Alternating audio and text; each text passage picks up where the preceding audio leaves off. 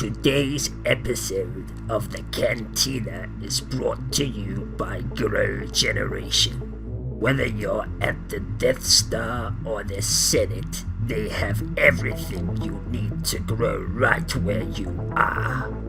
More from them later in the episode. Welcome to a galaxy far, far away. Here at the Cantina podcast, we provide top shelf service, including rumors, leaks, news, and reviews. Come in, order a Loman Ale, and remember, no droids allowed. Thank you guys so much for joining us here on the Cantina. As you heard, brought to you by Grow Generation here on LRM Online's YouTube channel and the LRM Online's Genreverse podcast network. I am Kyle Malone, one of the captains, pilots, or whatever this flying booze barge called the Cantina, joined usually by my co-pilot, Cam Clark. What's up, buddy? Nothing much. How are you? I would say I'm awesome, but I'm not. I believe in honesty, you usually, and a lot of honesty includes, hey guys, there you go, hit that subscribe button, follow us, thumbs up and down as you go through the show. You might not be able to see the thumbs down, but we can, and we would love to know what we need to improve on.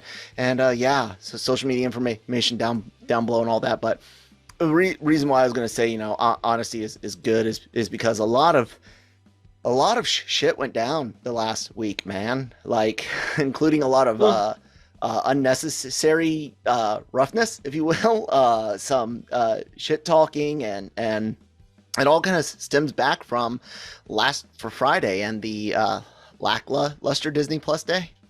I think that's a fair way to put. Even for Marvel fans, it kind of felt lackluster because they buried the Moon Knight, Miss Marvel, and She-Hulk footage 11 minutes into a 15-minute movie, and it was just like, what are you guys doing?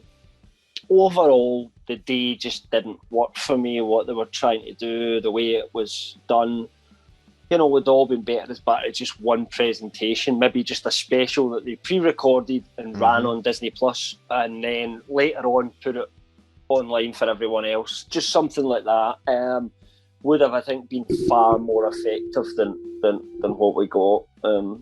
Sadly, it was a bit lackluster, especially when it comes to the Star Wars side. We really didn't get any. All we got Nothing. Was that same sizzle reel from Obi-Wan Kenobi that was shown not online, but to certain people at the Disney Investor Day last year.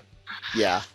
So, based on what we had heard was actually going to be shown in it, and it's probably, I kind of did a little piece after this, just showing a bit of solidarity with some of the kind of insiders out there, because there was a lot of people saying, look, this is what we've heard is going to be happening for Star Wars on Disney Plus Day. And we covered it because they were first. But we also have to say, we did hear the same thing, from our sources, very similar things, completely independently of them. So, and apparently some of the actors heard, or at least the actors thought there was going to be some stuff too, because they seemed almost upset as well. I'm going to turn off one of my key lights. Keep talking.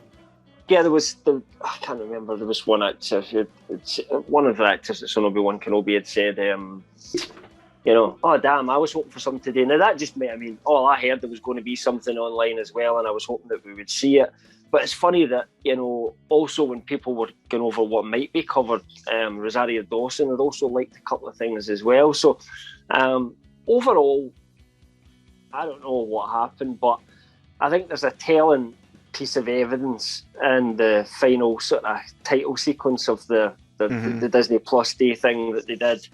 They showed all these logos coming up, and everything that that come up was stuff they had talked about in Disney Plus Day. Now, there was one for Obi-Wan Kenobi, and you could argue it was covered. That was it, yeah. But I don't think that was the case, and certainly there was nothing mentioned about Andor or the Bad Batch Season 2, and yet we get logos for Andor and the Bad Batch Season 2 coming up. Yes, I know you could argue, well, that's because there's series coming up on Disney Plus Day, but all the other stuff was stuff that, had already been kind of talked about, at least, even if it was just a title card, like Secret Invasion, here's a new title card. Okay, not much, but it was covered.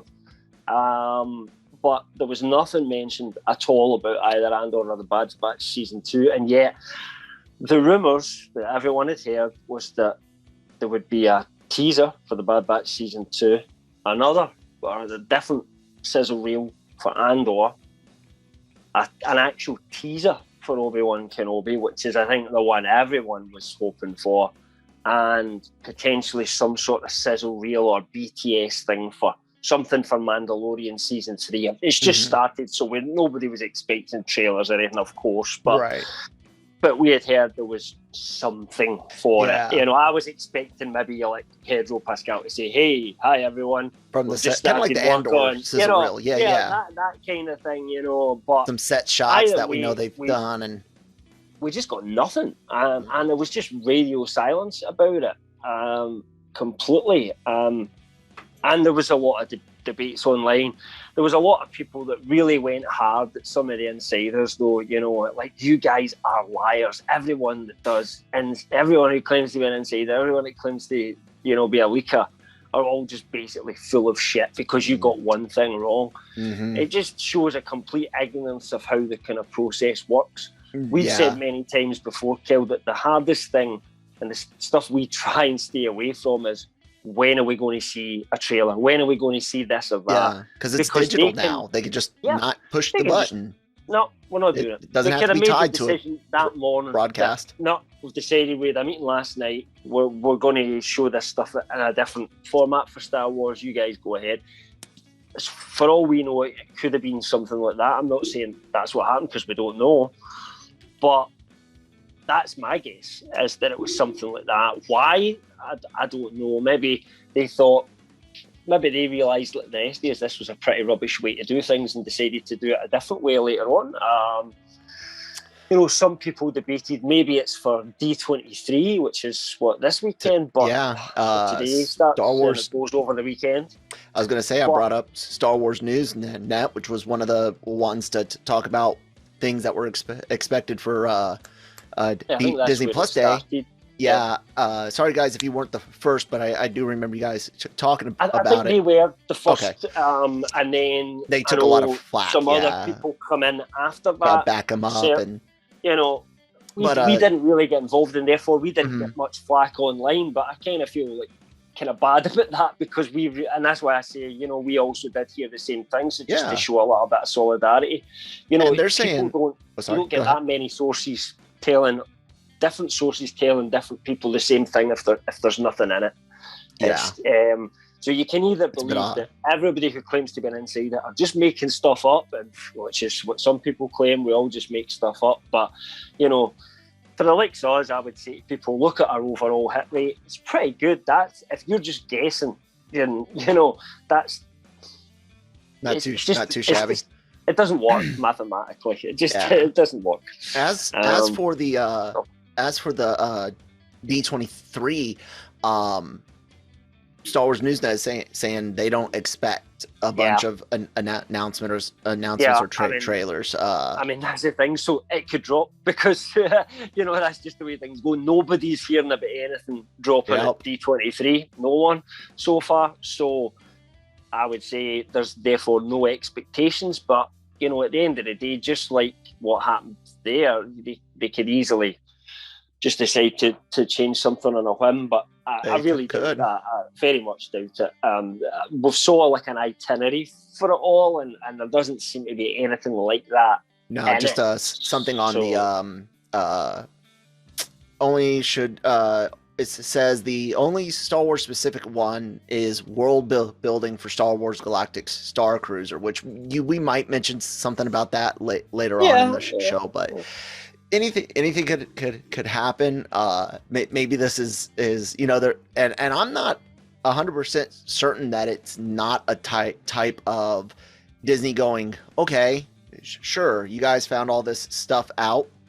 I'm not saying that it's impossible. It's unlikely that they're vindictive, but it's not impossible. Yeah, I've seen it happen twice in my career. In this industry, I've seen that happen twice before. I won't give any specifics, but both cases were, in my mind, where the evidence I had clearly a case of people vindictive assholes basically pulling it because or putting something out there because something had leaked. One of them affected us. One of them was not, as it wasn't even related to Star Wars. It was something completely different, and I won't go into it. But yeah, to me, it was getting to the point of, yeah, the studios know exactly what the leakers are saying, and they're playing with them here. But I'm not saying whether that is the case or not this time. I mean, but it's definitely I think it's more easy likely to change it. That would be a stupid reason to make that decision. I'm sure the decision was more to do with how can we get the most out of this, and actually we don't think that's right now.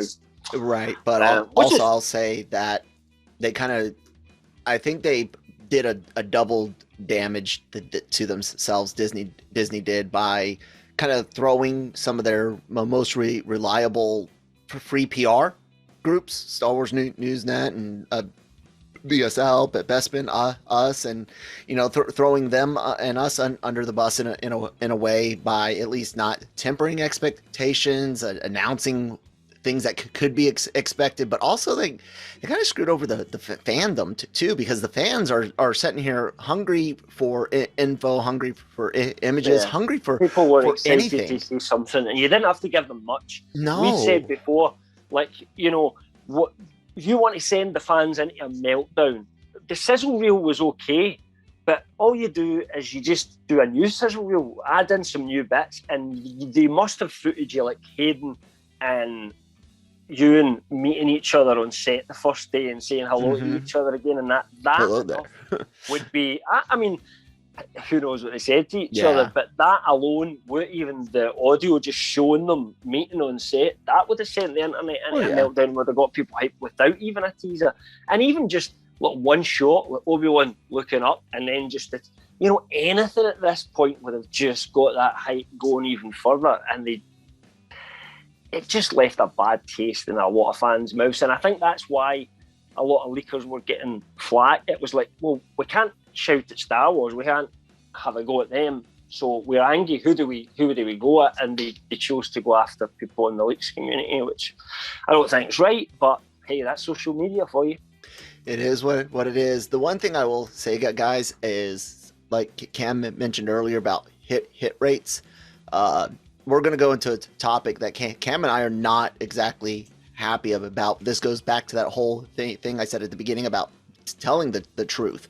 And there's a difference between I have a reliable source that's been a consistent, source of good information, and I've got a good hit rate, and being wrong, and someone that says they've heard something from someone that might be a fucking janitor and is reporting goddamn water cooler talk as a fucking source.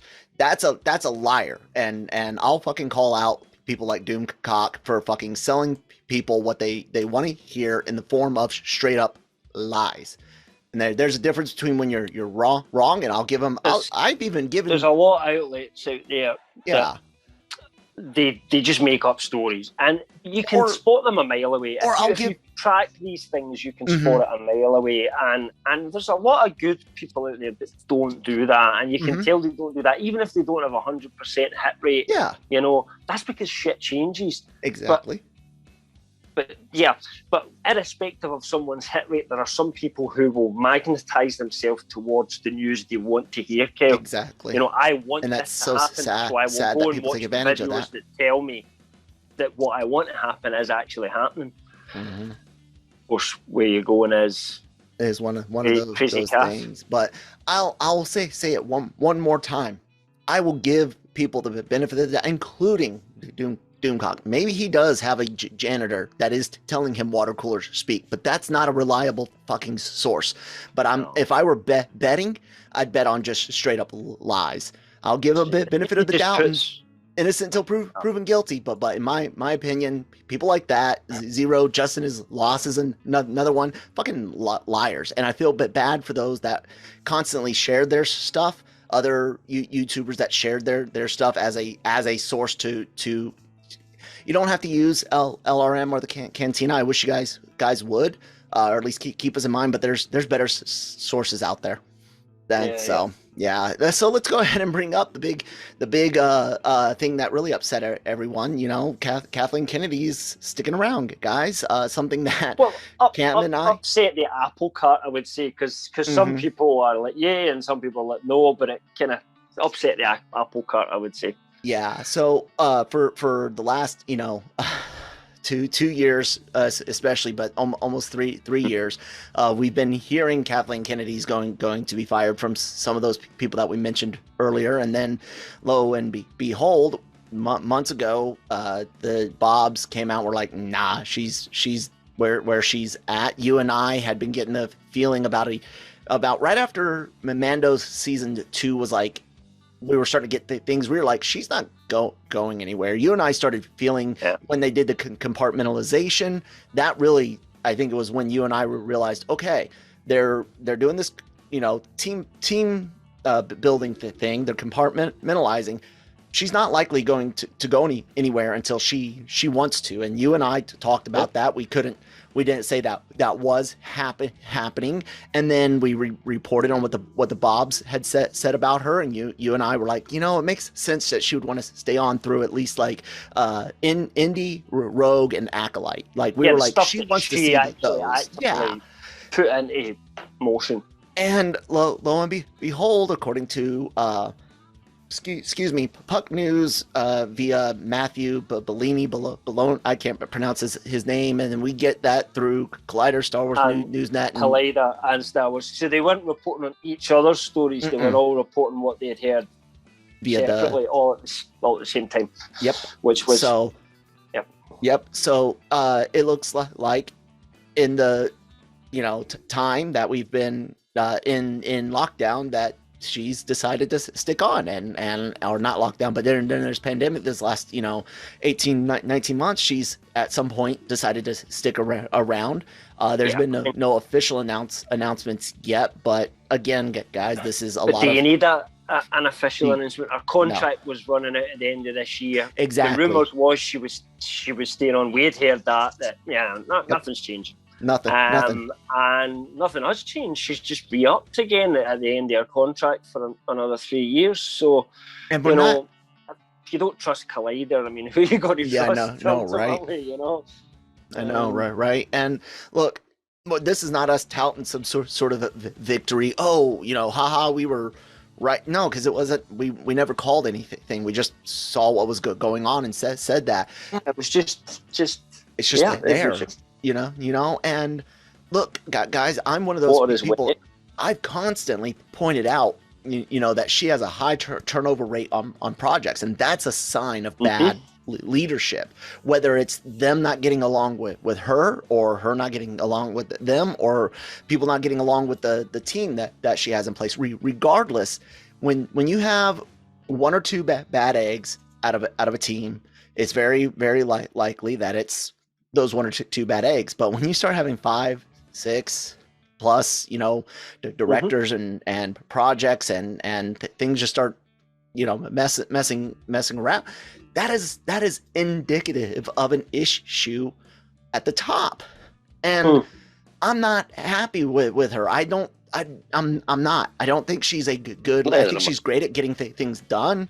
She can make calls and make things happen. For me, it was always going to be about, was she making money, which she was, and she made a lot of money. She made back the money, basically, that they paid for Star Wars in the first place within, 5 years? So, I mean, on that front alone, I think she did do a good job if you're a Disney investor. But we were looking more long-term, the brand, keeping it as a premium brand, not diminishing the Star Wars brand, but keeping it as top tier. And on that front, I don't think she has done a good job. I mean, no. Of all the projects that and left money on the table, according to most. Yeah. And if you look at all the projects that we've got, there's 5 movies and 3 series of a TV show, because we can call The Bad Batch. And Visions, we have to count as it's a success as well. Visions is really good. Beautiful. So, Visions. 2 animated shows, 2 seasons of a live action show, and then 5 movies. One of which was a complete flop, and one was bordering on flop, which was The Rise of Skywalker. It wasn't a flop, but It never made as much money as anyone thought it was going to do. Third, fifth film to make less than the second. Mandalorian was really good. I like the Bad Batch season 2. Either way, whether you like the animation or not, it was a good idea to make that show. Was a good idea, right? Visions was a good idea, but you must look at the most important part of everything that's been done was those 3 sequel trilogy movies. That's the big thing that she did. And whether it was her fault, whether it was Iger's fault, whether it was J.J. Abrams' fault, I mean, go down the list. But those films didn't work. Those films didn't work. And the fan base as a whole is just completely cold, or most of them are completely cold on the sequel trilogy, because those who were with it got lost at the end. Those who had already drifted at The Last Jedi didn't come back as I think they hoped, and The Rise of Skywalker, and we were just left with this limbo. So yeah, you can argue whatever you want about the other movies and the production issues, but that's the way I look at it, as the final product, what we got. I don't care what happens behind the scenes as long as we get a good final product, you know what I mean? And those 3 films just didn't cut it for me. So yeah, I don't love what she's done so far, but it was always going to continue. Yeah.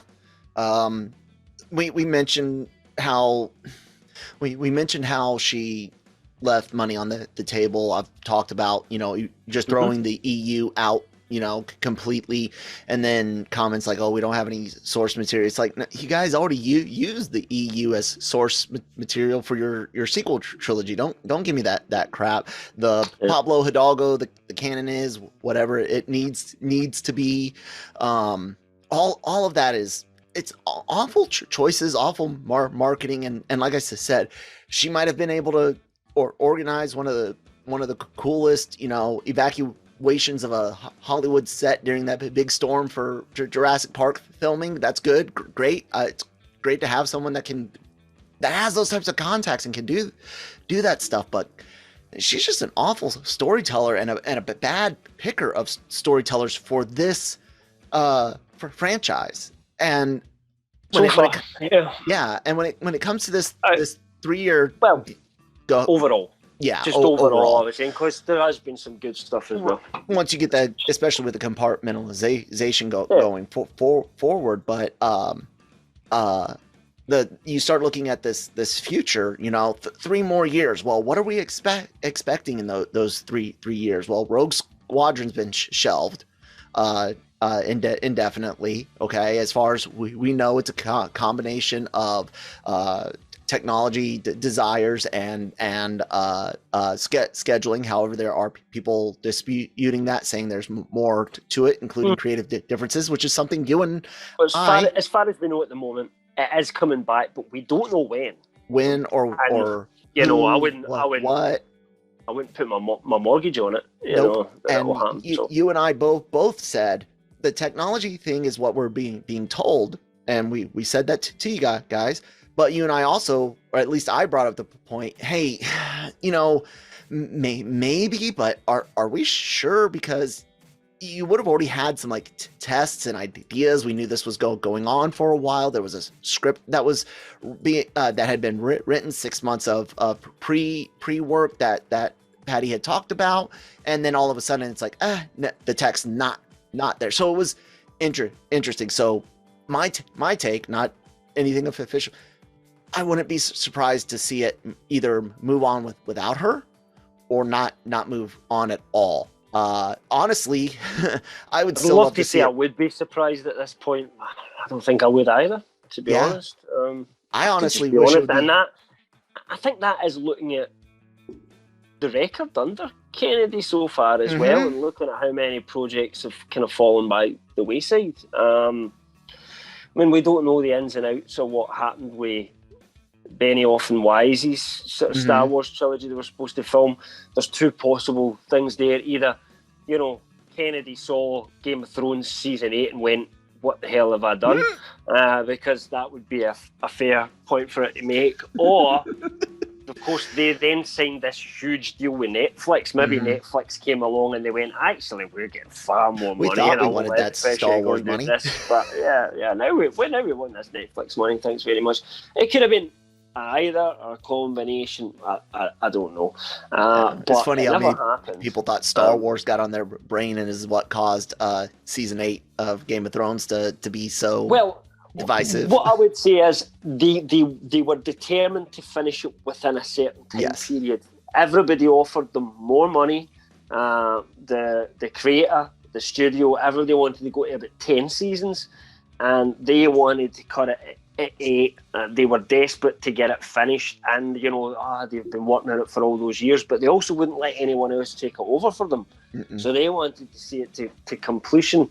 And what you get is those last 2 seasons, whether you agree with the way they moved away from the source material or not, which is a valid fact. But previous seasons where they done that didn't feel rushed. Those last 2 seasons felt really rushed. And when something feels rushed and it's actually a big sprawling series, something's not quite right there. What? They don't need to do that.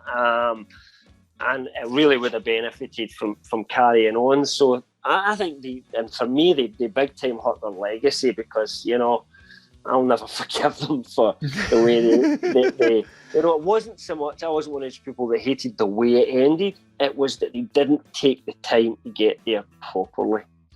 So, anyway, they're not doing Star Wars. And, we had the Rogue Squadron thing. We had the whole stuff with Solo. We had issues with Rogue One as well. And we could also bring up that Matt Bellini, I can't remember how to pronounce his name. The Puck News guy.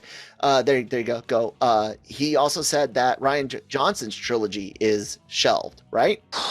Yeah. But we heard something different. Yeah. We heard something different around the same time. Someone was telling us about the tech issues with Rogue Squadron. Take it for what it's worth, guys. Again, there's no official word from Disney on any of this, not even Patty Jenkins yet. And why would Disney even bother with something like that? But yeah, and even if it is or isn't, it's the point that it was announced. And if it is shelved or doesn't happen in the end, that would be another sign of issues, right? Although I do believe at the moment anyway, I always said I was one of those people that said it will never happen. I'll believe it when I sit there in the theater and it says directed by Rian Johnson, because I didn't think it would happen. But from everything that we're hearing is, no, what you're talking about, it's still a go. It's just scheduling and time to develop it and all that sort of stuff. So we don't know when, but that's what we're hearing. It's still on the go. And you and I even, I think that back as early as doing the Cantina reviews, what the Last Call podcast had started as, you and I had talked about Johnson's. Johnson would have been good had he never played in the Skywalker saga. Like, give him his own trilogy, 500 years in the past, 500 years in the future, or different. Yeah, I think he's a good filmmaker. Yeah, he could have done some interesting. I didn't think he was right for that film, but I look back at it now and also realise that what he got left by Abrams wasn't a lot to work with. And the one thing I would say about Johnson, and you will agree with me on this, is that he needs someone that has that bit of Star Wars techie savvy to just help him out with some stuff. Because some of his decisions on the way to use the world building, the world building needs to establish a set of rules to a universe, so you feel that you're inside a universe that works, whether it's scientifically possible or not. That's how it works. There's rules for their universe. They make rules, and you can bend those rules gradually over time, and sometimes you can even break them. But I think power creep is awful for that. Just didn't. Yeah, power creep is one thing I always disliked. Wouldn't it be great if we had B-52s in Star Wars? No, motherfucker, they got goddamn F-22 Raptors. They don't need B-52. They don't need Stratoforces or any of that, because they've got the equivalent of SR-71s or anything like that is because it's all done by satellite. It's awful. Technology doesn't really. Militaristic technology within the timescale that we're in that universe wouldn't have reverted to being that bad. As me and Kyle have always said, a fleet of Y-wing bombers, who were 10 a penny, and even the poor Rebel Alliance could get a few hundred of them together. To knock them up my factory would be far more efficient than the bombers that Rian Johnson devised. And I know that he planned this whole sequence. And maybe there was a way, if somebody else just, this doesn't work for me, and he rewrote that sequence around something that wasn't a bomber. Maybe it was like a super weapon or something. They're trying to sneak some in kind of laser beam that can puncture, and they need to get it to a certain spot. They could have done it in a way that was better and still kept all the drama and everything. And made more sense. That scene. So that's my only issue with Johnson. I think he's a good storyteller that needs somebody to guide him on making sure he doesn't make any mistakes like that going forward. There needs to be a few more passes in his script if he ever comes back to Star Wars again. But we'll see. Yeah. We'll see. I wouldn't be surprised if we never see him again in Star Wars. But at the same time, that's not what we're hearing. So no, and we can't deny that the credentials that Matt over at Puck News has, being former THR. I don't know what level. I don't know how many sources that are still there are cool feeding him in. But we don't know. But hey, guys, there's the information. One thing I would say though is if you read that article, it's quite a biased article against Kathleen Kennedy. It's basically written from the point of view that Kennedy's a mess and she needs to get out now, but unfortunately it's not happening. And, and here's all the things that are going wrong. And that's fine. That's fine so long as he's not letting that bias. I just personally found that a little bit, overshadowed if it was good news or not, And the only reason I'll kind of say that it is potentially okay so long as that bias didn't affect the truthfulness, right? Yeah. Is because it does appear, for all intents and purposes, that a lot of critics and entertainment media tries to cover for certain studios or studio execs. And I'm not saying that I'm not accusing anyone of doing that exactly with Kathleen Kennedy in particular, but it does happen. And this could be one of those situations where someone's like, look, this is BS. You guys are not feeding people the right information, and it comes out too angry. But to your point, when it comes out that way, it can definitely hurt the validity of it, at least the appearance of validity. But it doesn't necessarily mean that it's not. Don't get me wrong, I've had rants about things on a news article. We could cover a bit of news and then I could go on a rant about it. But I think I would structure it in a way that was, here's what I've heard, and then this is why I fucking hate this idea. This is why I'm pissed off at this news that I've reliably been informed about. I think taking it in that tone is actually would be a lot more straightforward. And there was a lot of, not us, but there was a lot of fans who instantly dismissed that, not knowing the background on THR or anything like that, and just said, like, who is this?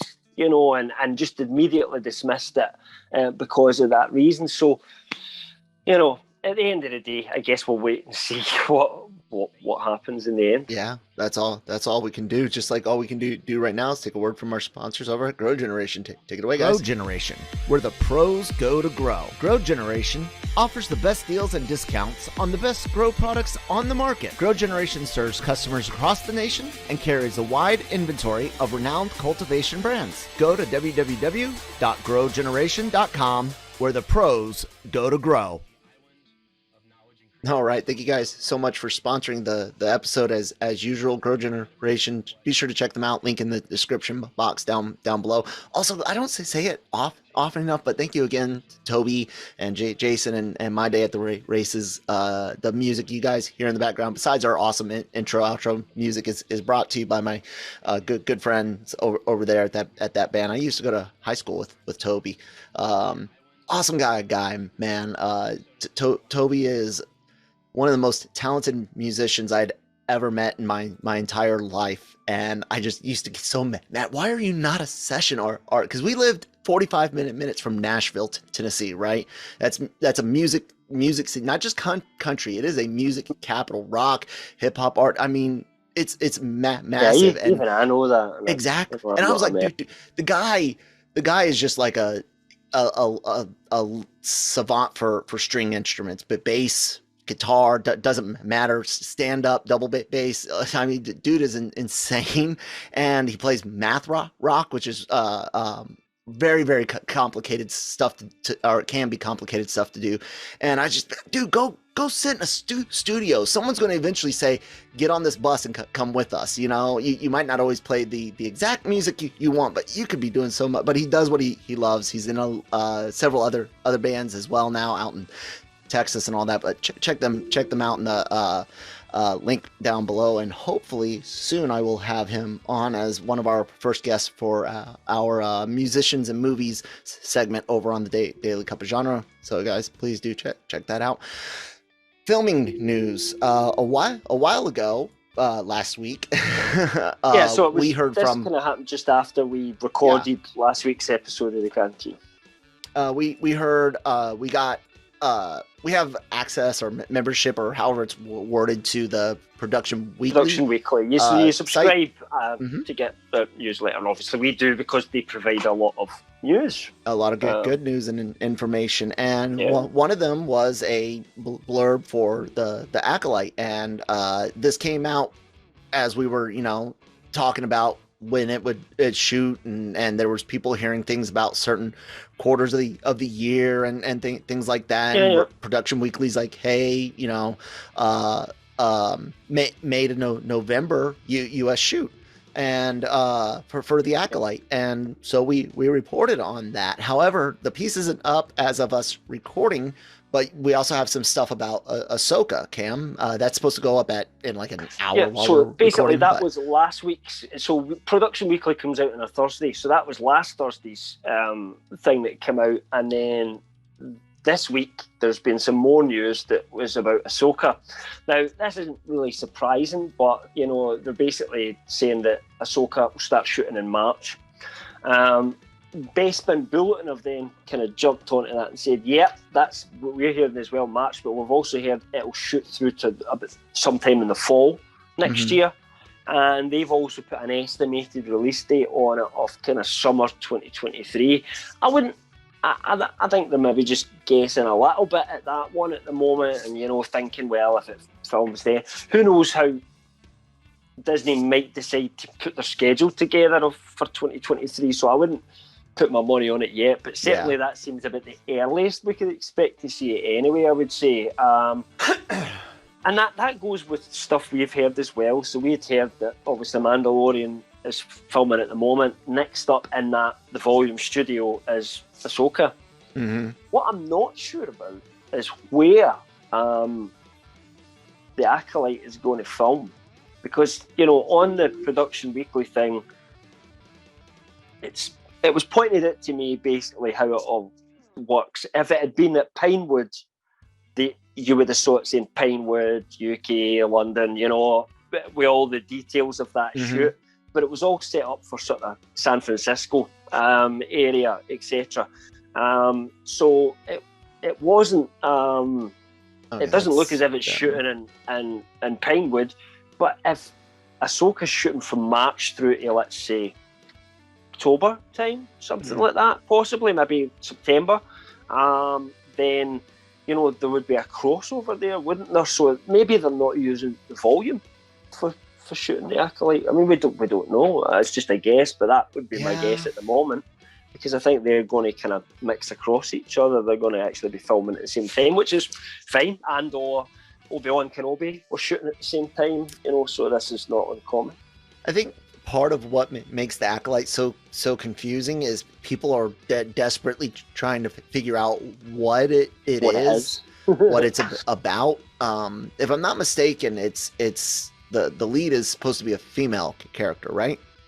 Isn't that what we've heard or been told?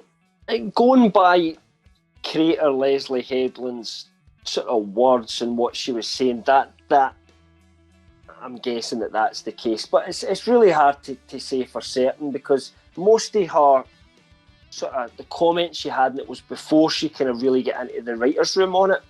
And then the last time we had for her was just as the writer's room was kind of forming, going on. Remember, she was talking about that she had one person in her team that didn't really know Star Wars, and you were a bit freaked out about that. Oh my God. And I was saying, look, you know, but I think she's done that deliberately to try and get someone else's point of view as to, does this work if you're not a Star Wars fan, you know, kind of thing. But that was the last we had really heard about it at that point.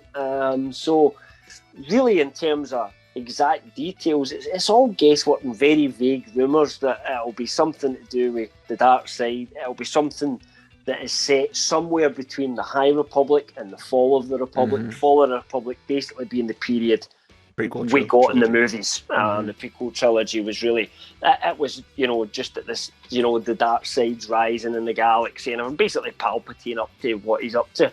Our understanding is that, you know, it might be before that time, but after the kind of everything was great High Republic period. So, but exactly when, I mean, I really don't know.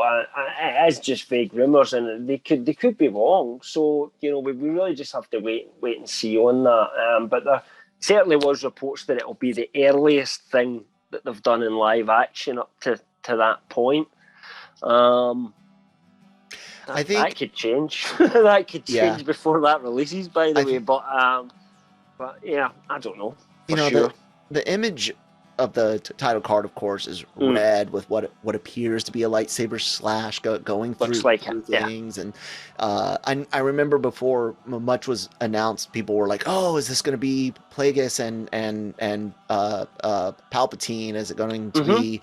I'd like that, but I don't. I think a lot of people would have, and then when you start talking about what we talked about last week, the idea of a High Republic movie, there's rumors that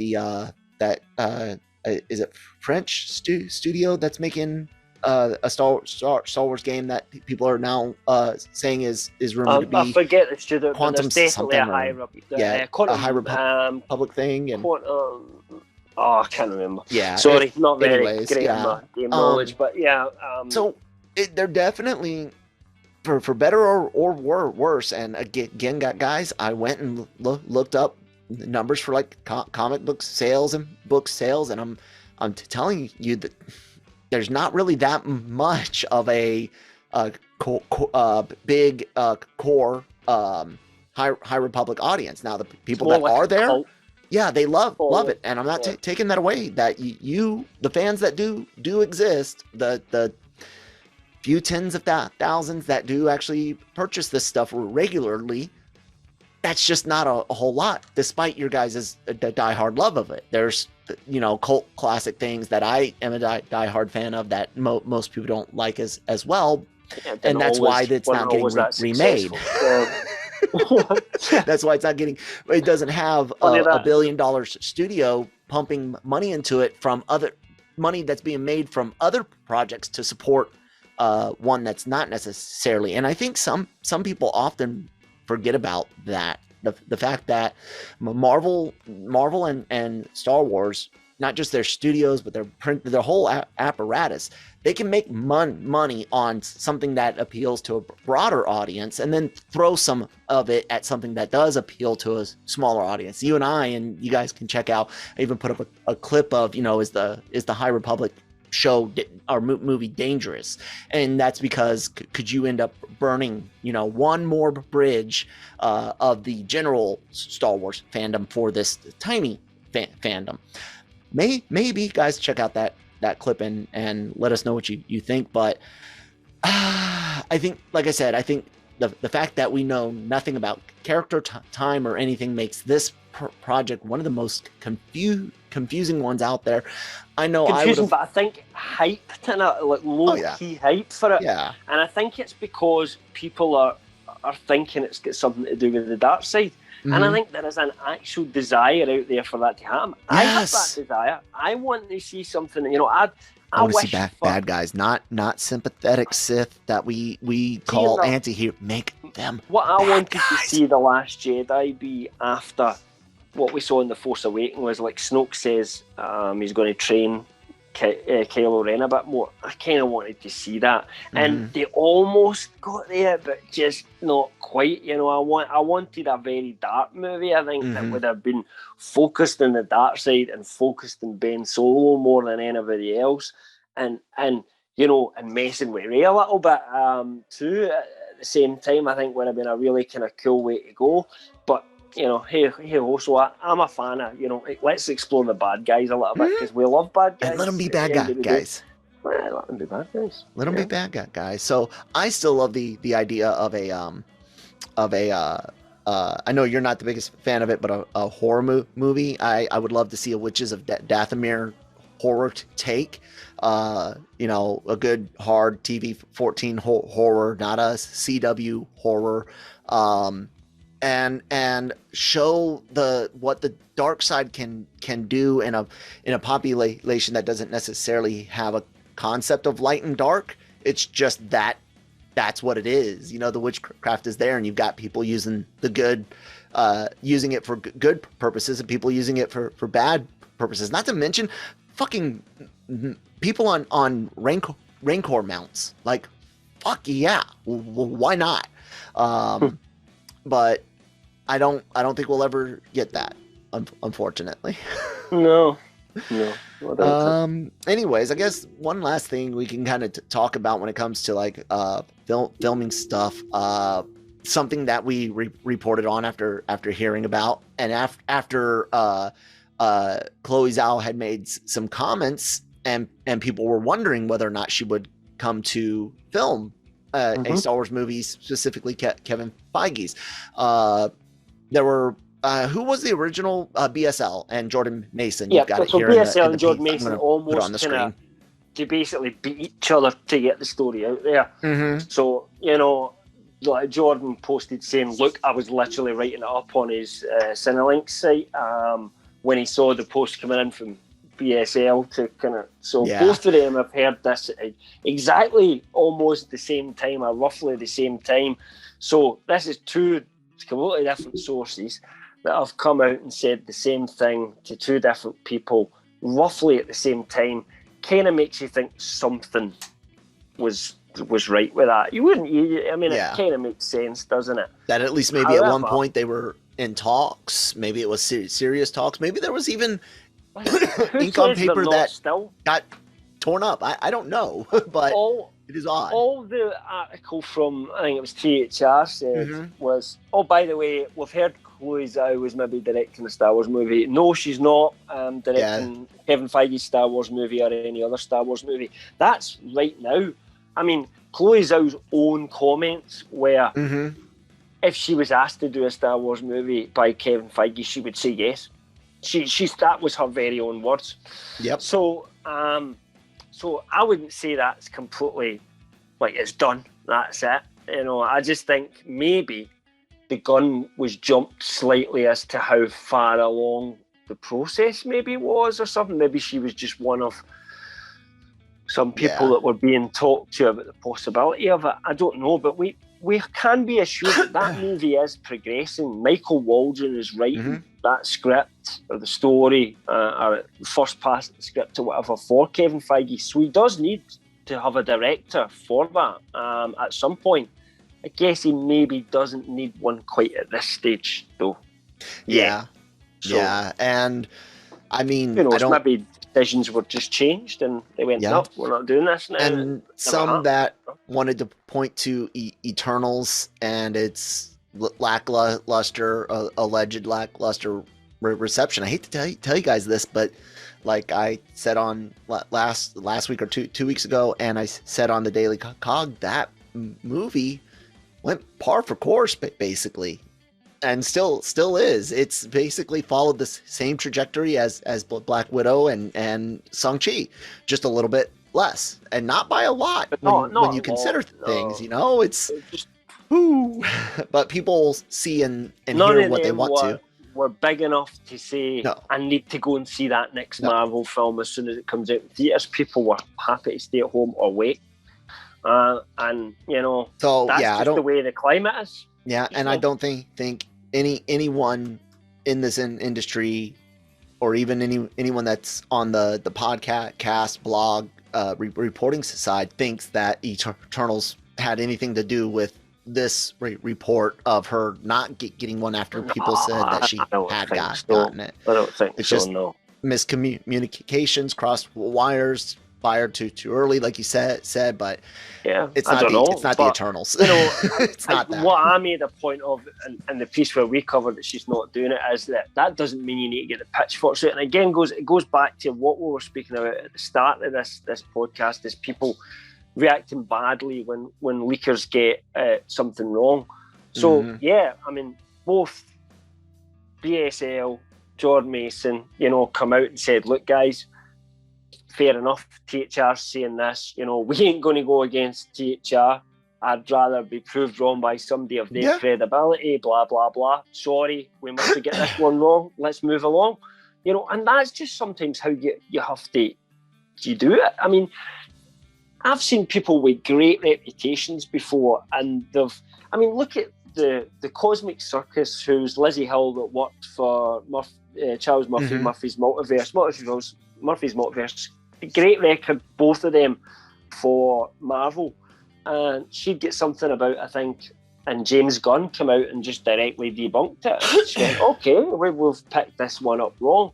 That doesn't mean when you look at how many of the stories actually turn out to be true. Well, most of them.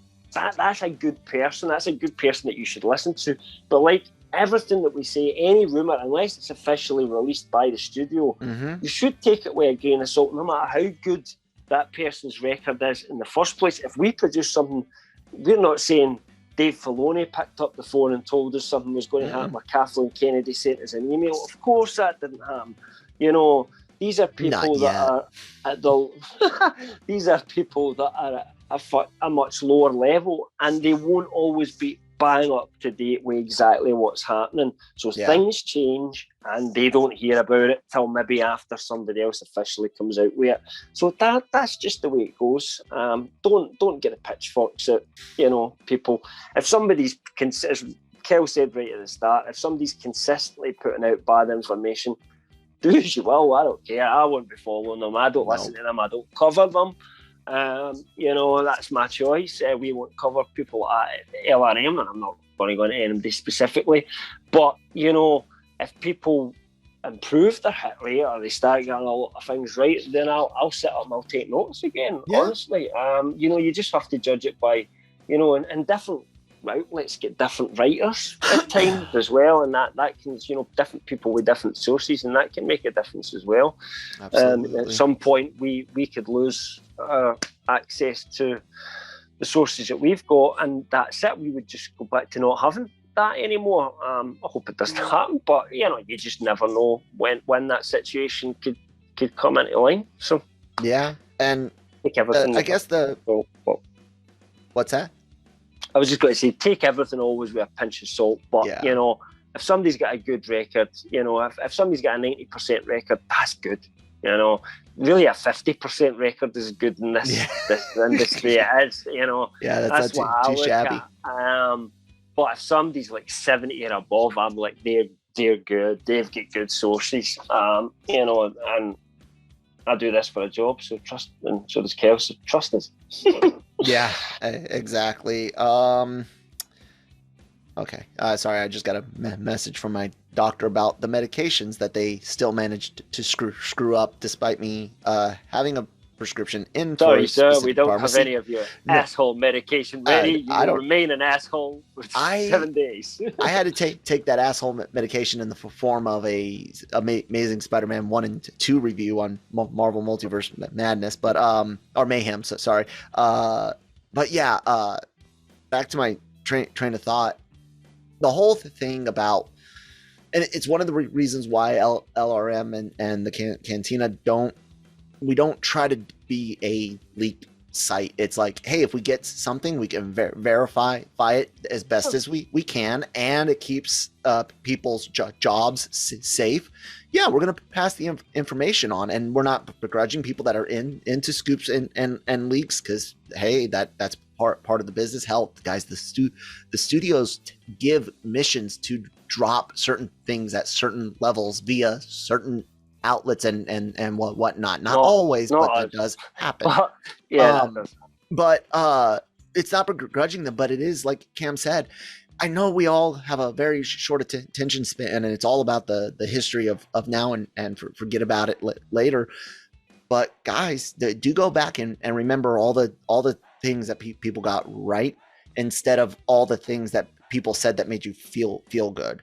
And I think often that's what happens is we always relate, trauma and negativity much faster because it hurts more, You remember the bad stuff and not the good stuff, ultimately that's just human nature. Yeah, take a breather and think about the source that you're reading, and also think about the outlet you're reading. Did they report it themselves, or are they reporting what others said?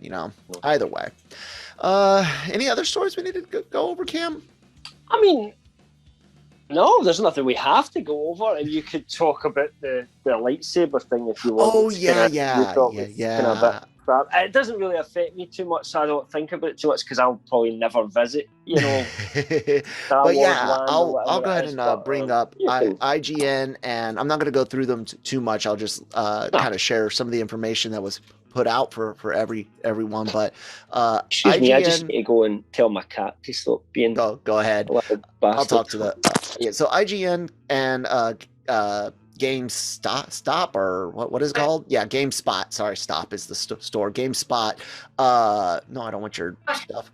They went ahead and got to check out some of the stuff over at Galactic Starcruiser, which is something on the schedule for not Disney Plus Day, D23 fan event, to get some insights into it. And they go through about getting on the ship and all the really cool stuff that goes with it. But one of the biggest things that comes out of this is a discussion about the lightsaber training, and that real lightsaber everyone was freaking out about when I was like, you guys, the hilt looks like it's the size of the fucking old toys with the collapsible blades. It looks stupid. And everyone, no, it's the most glorious fucking thing on earth. And I'm like, it's cool, but it's not what I expected. It looks like it's a prototype. Well, that's okay, because none of us will ever get to fucking touch one. Both IGN and GameSpot. Well, great, my screen just went through an application error. But they both come in and say that basically, look, you're not going to get to touch it. It's going to be the person that is like the trainer. They said somebody maybe playing Rey, because it's Rey's lightsaber, and it seemed as if it was somebody plays Rey in the scenario. Yep, and that you will get basically like a scaled down force effects lightsaber to do the drone training and block laser blasts, and a lot of people aren't very happy with that, because this is a very expensive trip. It's $4,000 to $6,000, $7,000. And we always thought, like you and I, and remember when Mike was talking about it, always thought maybe like they would sell these lightsabers as well, but as an exclusive thing that you pay extra for, and you can only get it if you go on that, and that would have been a kind of an attraction to go on it as well. But that, they can't sell them if they don't work that right. Do you think it's maybe just that the tech isn't doing what they wanted it to do, and that's why they've pulled this back? 100%. I believe that the blade itself is so flimsy that they can't do much with it, and that they're afraid of what people will do, complain, bitch, moan, oh, it broke, it doesn't work. That's what I think it is. Expensive if people are breaking these as well. And it goes right with what I was saying. It looks like a prototype. Like it does. I just showed the video. I know you can't see the way I'm sharing screens, but I shared it on OBS. It isn't that great looking of a hilt, and even the blade is a little shorter, and because the hilt is it looks like a prototype. So why even bring it out then? Maybe in 10 years it will be there. It will be there. Something that they will get something working with it, but it just doesn't look as if that's going to be anything that you, the public, are going to be getting their hands on anytime soon. Yeah. But definitely check out GameSpot and IGN's reviews on that, as yeah, well they as talk about the whole, the bear in whole mind thing, that not it's just not that. finished yet. So there's a lot of stuff that, well, this should happen and that's supposed to, and this will look better. You know, like Chewbacca was just a guy with a bag in his head and a badge that said Chewbacca at this point. But you know, these people are understand that they're going into an incomplete experience. So you know, don't let that necessarily spoil you from the kind of main thing. But from what you've heard, would you pay all that money to go there? And you're a big Star Wars fan. I mean, I'd have to have so much expendable cash that I don't care to do that. You know, and no, it doesn't sound like a value for money thing for me. And part of it, just like, you know, Mike was saying months ago, when he's like, man, I don't want to have to do Batu or whatever, the rides and stuff with the regulars. And when you are spending that much money, you kind of get that point. It's like, well, why can't we have free run of Batu for like 2 or 3 hours after closing? You know? Yeah. We're paying all this money. It's going to be crowded, expensive, very scheduled, night, you know, very limited. No. To this day, I have without someone giving me like the ultra celebrity treatment, to where I can go and get on the ride whenever I want, go into whatever facility. I don't want to see the Avengers campus, and I don't want to see Galaxy's Edge. I'll go to Universal Studios and do Marvel Superhero Island and because they're too busy, or because it's just not your thing anyway? Because I know you've said before you prefer excitement, like rides, adrenaline rides, rather than events. But even the immersion would be cool. Go and walk about it. But, the experience. I wouldn't like to do it along with 10 million other people at the same time when you have to queue up to go to a bathroom and everything like that. No, it's not really my thing. And I would like to experience the immersion, but all of the other asshole humans won't allow me to have that immersion. I'll be too angry at all the meat bags around me, whose carbon atoms would have been better off as lumps of coal. But anyway. Told you guys I was having a bad week. I guess we'll wrap it up with that, guys.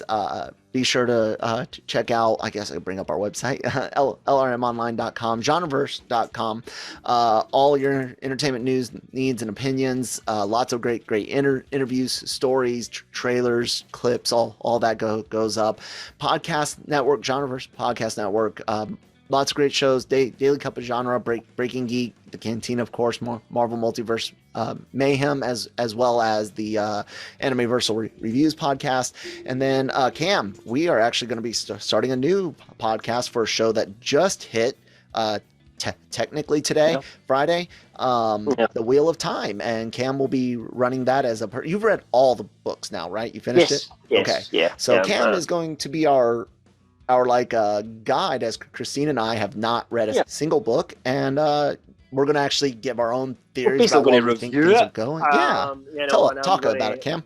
Yeah, we're going to review each episode that comes out. So the first one will cover the first 3 episodes. Kyle and Christine never read the books, and Kyle's not even really a fantasy guy, so this will be interesting, because I think he might not like it to begin with, but I'm hoping that he might like it as the seasons progress. But we'll see. So it's going to be non-spoiler in terms of the books, so I'm not going to, as a book reader, come out and say, oh, actually, this is what happens in the end. I'm not going to spoil it. If you guys turn around and ask me a question, like or I give a theory that I already know the answer to, I'm not going to say, I'm not going to theory cast or anything like that. Theory. But just try and kind of guide you through it but I'll talk about some of the changes that I can talk about without being spoilery. And we want it to kind of be that point of view of people that are, yourself and Christine, that are just coming to the show for the first time, because there might be, there's certainly a lot of other, podcasts and YouTube videos out there of people who will be for the mega fans that will be exploring every minute detail and debating what will change.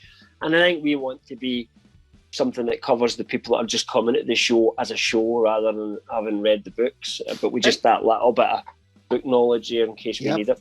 And also, I think some fans, some diehard fans, will be kind of interested in the point of view of two normies coming in and giving their take on it. So, especially the theories, what's that? Because judging us, yeah, and laughing at you. Haha, you thought this was going to happen. You know, it'll be more like, God damn, that Kyle Malone guy is really freaking smart and called everything just like he always does. Mephisto showing up eventually, motherfuckers. I'm promising you. I'm going to bring this back up if you get things wrong. But, I will. I'm sure. I may not be able to tell you for a while though. You're gonna have like this write it down, yes. like a whiteboard and like, this. I'll bring that up. Your hit rate was hit rate for this season. But yeah, and then of course, guys, our YouTube channel, I brought it up here. All the podcasts do go up onto the YouTube channel. Many of them in video format. Actually, the only one that's not in full video format these days is Breaking Geek Radio. But yeah, we also do some clips. All the interviews go up there. Check it out. I hope you guys, share us, subscribe, thumbs up, down, leave some comments, reviews, all that good stuff. Thank you, Grow Generation. Thank you, my day at the races. Cam, as always, man, great having you on. You want to plug anything else? No, just if you're looking to ask us any questions, or hit us up on Twitter. Trying to be more active now. At @LRM_Cam is how you will find me. I'm not saying you have to follow me, but if you get any questions or because that's your choice. But if you do have any sort of questions or you want to reach out in any way, that's where to find us. Reach out. Absolutely. And with that, guys, thank you so much for listening, and may the force be with you.